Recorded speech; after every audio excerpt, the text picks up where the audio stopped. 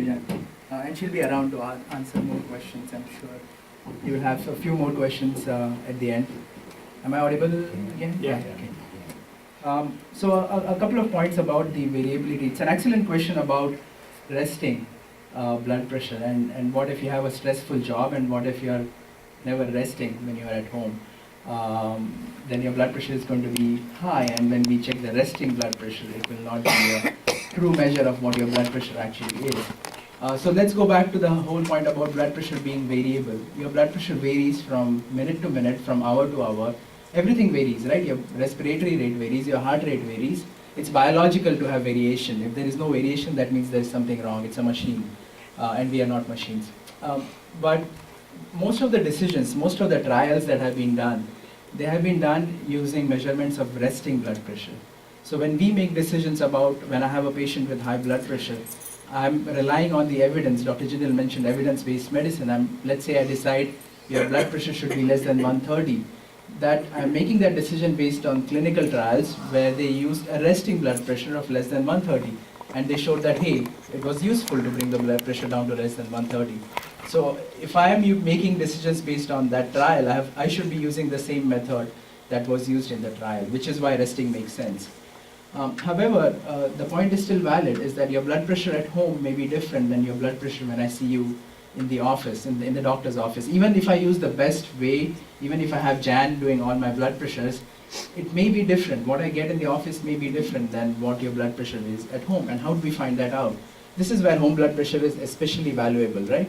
Because the office blood pressure just gives you a snapshot, and when you're checking it at home, we find that it may be lower, which is very common, that your blood pressure is lower when you're at home, because even if you're resting, you're worried about what we are going to say. What am I going to say? What am I going to do? Is the doctor going to give me more medicines? Does he have good news for me or bad news for me? So that is going to drive your blood pressure up, however much we would like to rest you. So that's one thing. But a few people, about roughly 10% of the people, we see the opposite effect. So we see that their blood pressure is higher at home, and it's lower when they come to see us. And we don't really know very well why that could be. It could be that they are quite stressed at home. Maybe their work is so stressful that their blood pressure is higher out of office than when they come to see us. And that's why one of the things that we like is this is a small machine. It costs what, $5,000? $4,000. It's exactly. So this is an ambulatory blood pressure monitor. So this is something that you wear. So it comes with a cuff that you attach, and you're wearing that for 24 hours. So you do what you normally do. You're not resting. Okay, if you're working, you're working. If you're an investment advisor, you're doing your stock buying and selling. If you're at home, you're fighting with your wife or husband. That's going on, but the blood pressure is being measured. And then you bring the machine back to us, we download it, and we'll see the numbers. So it measures blood pressure roughly half an hour in the day and every hour at night. So we have many more measurements, and we see what the average blood pressure is in the day, what the average blood pressure is at night. Usually it drops at night when you're sleeping. But this is more useful because why are we worried about high blood pressure in the first place? Because we are worried about the load on the heart, we are worried about the load on your kidneys, we are worried about the load of that high pressure on their eyes. And this is the perfect way of getting an idea over 24 hours rather than just a snapshot.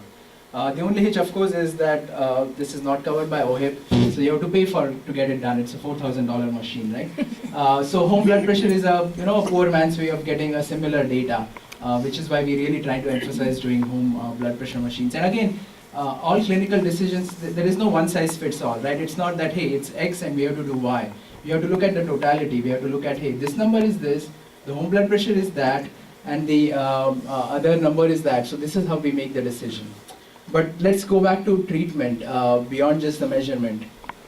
What can we do to treat high blood pressure? And this is the first thing that patients come and say to me, is that I don't want to take medicines. Is there something else I can do which will lower the blood pressure? And yes, of course, there are many, many things that we can do.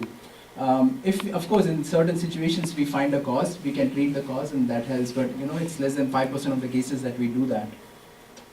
So among lifestyle measures, you had a session on yoga, and yoga can be fantastic if you do it right and if you do it regularly, and it can really bring down blood pressure. Apart from that, diet is the other big factor. So our diet is rich in salt, in sodium, and very poor in potassium, which are the two key things which can lower blood pressure. Exercise, and by exercise people think, hey, I go for a walk for 15 minutes, a leisurely stroll. That's not going to be very effective. When you look at the trials where they showed that exercise can lower blood pressure, they are talking about at least 30 minutes of moderate to high intensity aerobic exercise done at least 5 times a week or more. So that's not your walk in the park. That's not going to reduce your blood pressure. We are talking about real aerobic exercise. Weight loss can also bring down blood pressure, and many of these things go together, right? You may lose weight by doing yoga and by exercising, so there's a synergistic effect that is going to happen there. Smoking, we always talk about. Smoking may not have an effect on blood pressure, but it's really going to decrease the risk of having all those other things that can that we are worried about. And alcohol, the same situation. What about sodium, potassium, and diet? So not everyone will respond to a decrease in salt, so that's something to keep in mind. And it's very easy to say, I tell my patients decrease salt, and don't eat this, and the next time I measure them, there's been no change really. It's very easy to say decrease salt, but it's very, very hard to do. You have to really change, look very closely at everything you're eating. It's not just the added salt, so the salt that you add is maybe 3 to 5% of your total salt intake. Most of the food we eat has salt within it. And a DASH diet is very useful, so that's eating more fruits and vegetables. So fruits and vegetables are rich in potassium, which is good, and they are lower in sodium. So that's an easy way of reducing your sodium intake as well as increasing your potassium intake. And of course, avoiding processed food. Something people don't think about, they think, hey, it's chips and French fries. No, bread contains a lot of sodium. Naan bread or actual bread, it's huge. It contains a lot of sodium. So unless you bake your own bread, if you're eating bread, you're eating too much salt. And of course, the solution is to make all your own food yourself, make everything yourself, grow everything yourself. So that's not always possible, but that's the really only effective way of lowering your sodium intake. And we do eat a lot of salt. The CBC had a nice calculator. It's still available. I checked, and I just put a few things, and there was nothing extraordinary that I put, and I found that I was easily eating far more than I should be eating as far as sodium is concerned. I had no chips in there, no French fries in there, and still my sodium intake was way higher than it should be.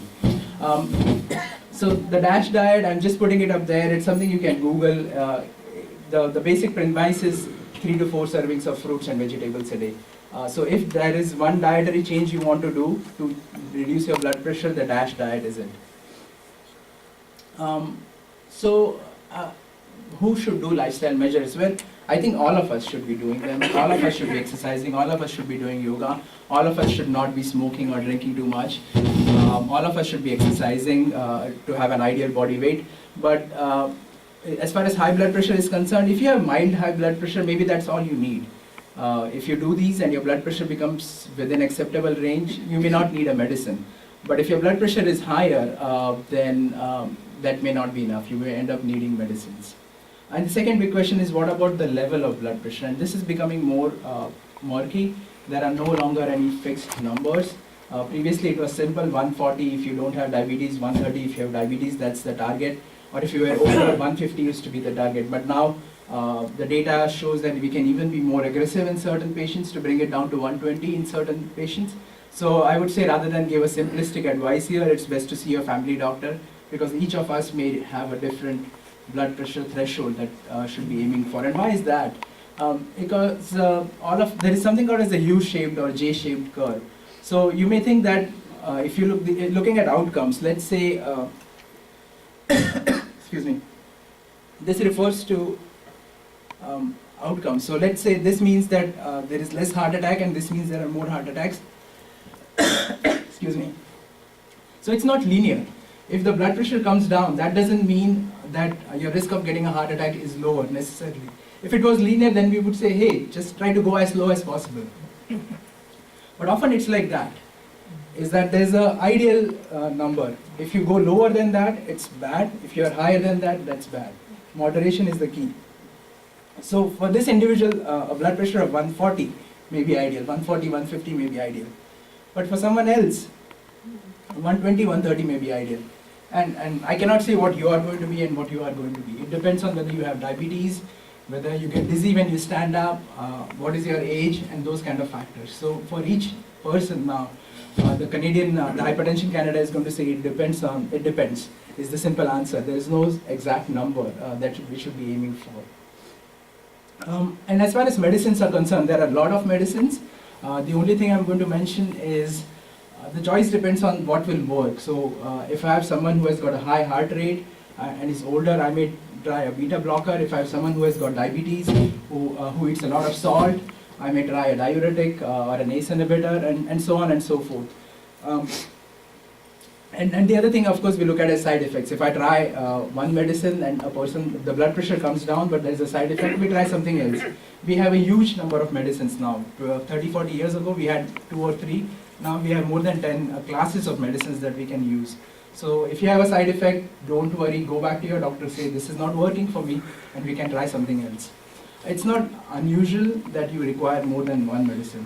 Only about 10 to 20% of patients are controlled with one medicine. Most patients require 2 medicines or more than 2 medicines, especially with the more aggressive thresholds that we will be going for. There's of course difficult to control hypertension. We mainly see patients with difficult to control hypertension. And in those patients, there are different kind of options. There's device therapy that is coming into play. This is just to show that there is still a lot of research going on, and things may change as time goes on. So without much ado, we would like to have some time for questions for Jan or me. So I'm happy to take them. Now you heard how important it is to have your blood pressure measured properly.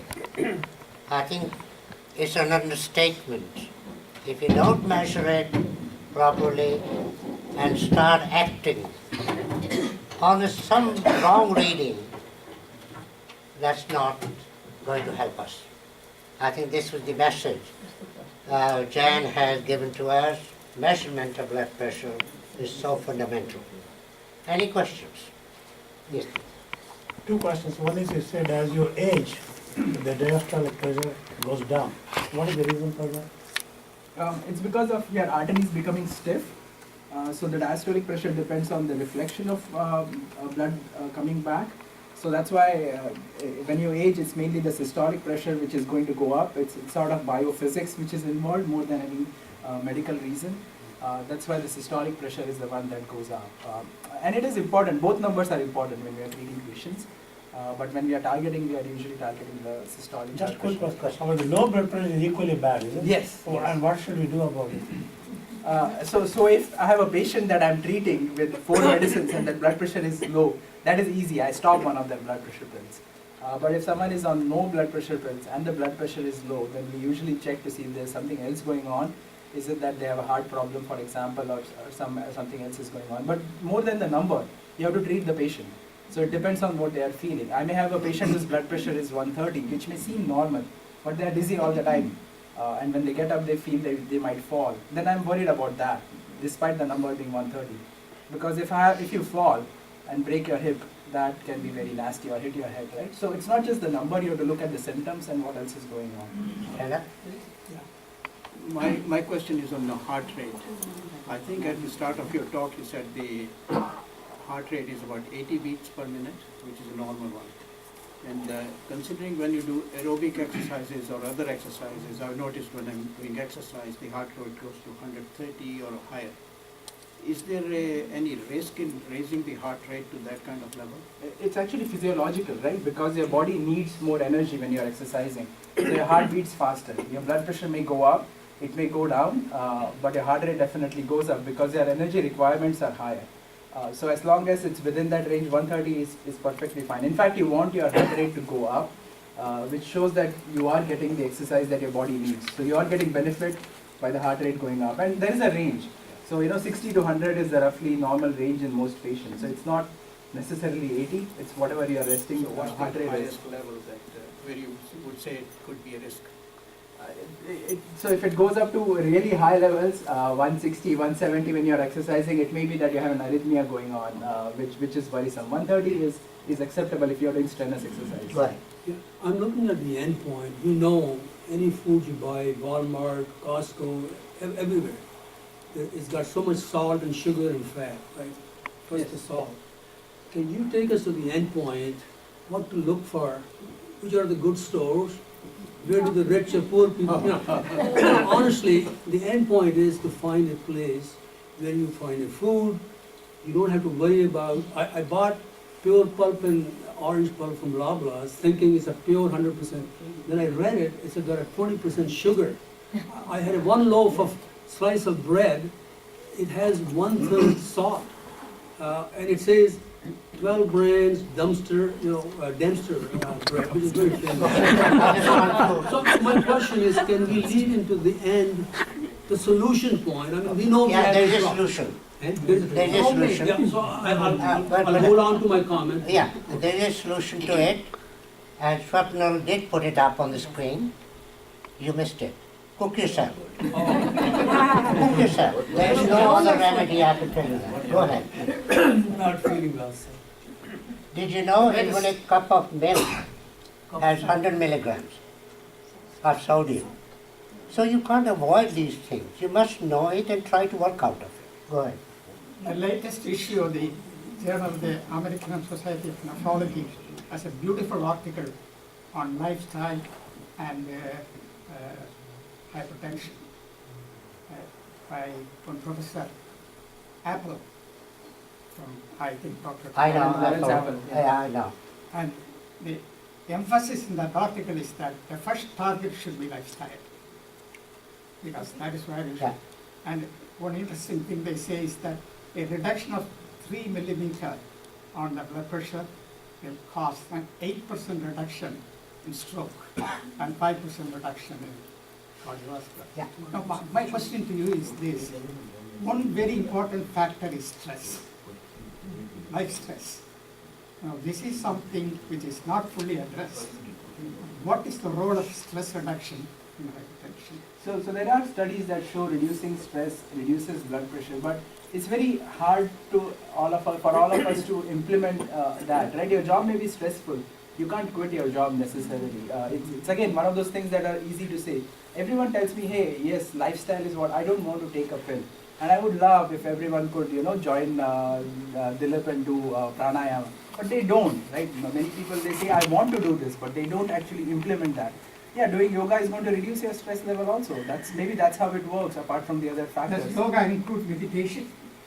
And So so it it does. And there is another, yes, there are studies showing meditation helps. There's a lot of research going on into mindfulness, which also may reduce blood pressure. I'll show you one slide afterwards. Go ahead. What is sleep apnea, and it is because of the hypertension or? Yeah, so there was a lecture a few months ago, maybe we'll have it again. Yeah. It's a condition where your body, when you're sleeping, it doesn't get enough oxygen. Okay, so typically it's more common in someone who's got diabetes, kidney disease, who's overweight, and who are snoring at night.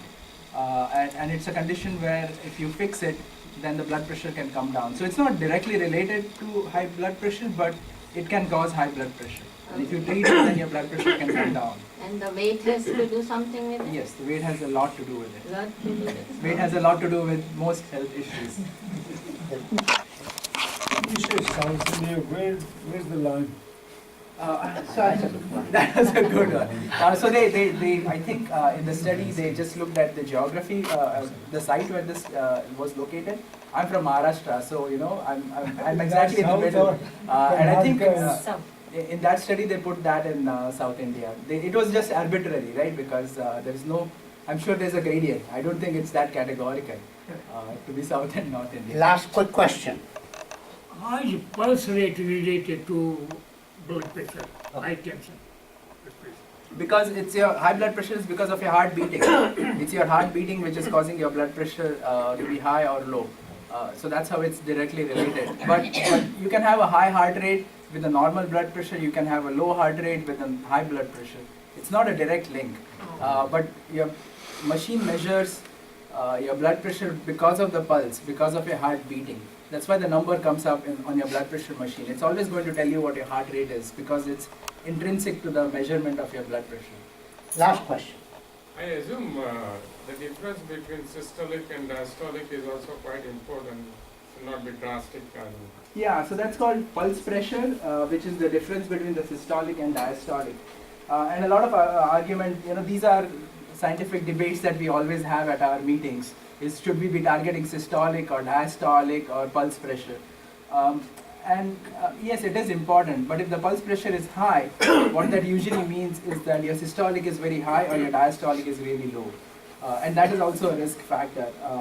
The reason why low diastolic is sometimes important is your heart gets blood supply itself during the diastole.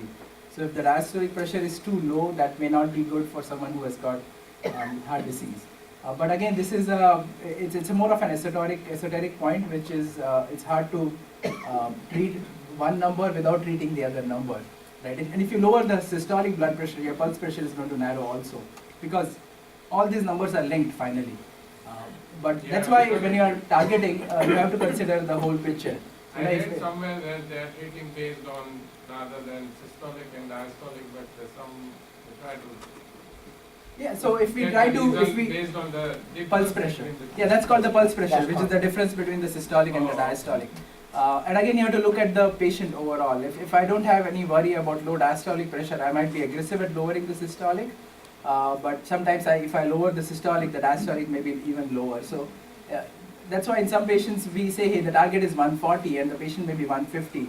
But I may be happy with that because I may be more worried about the pulse pressure in that patient. So it's again, you have to look at each person individually.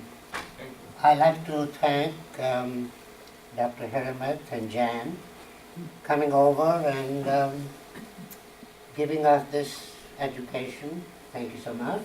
And on your behalf,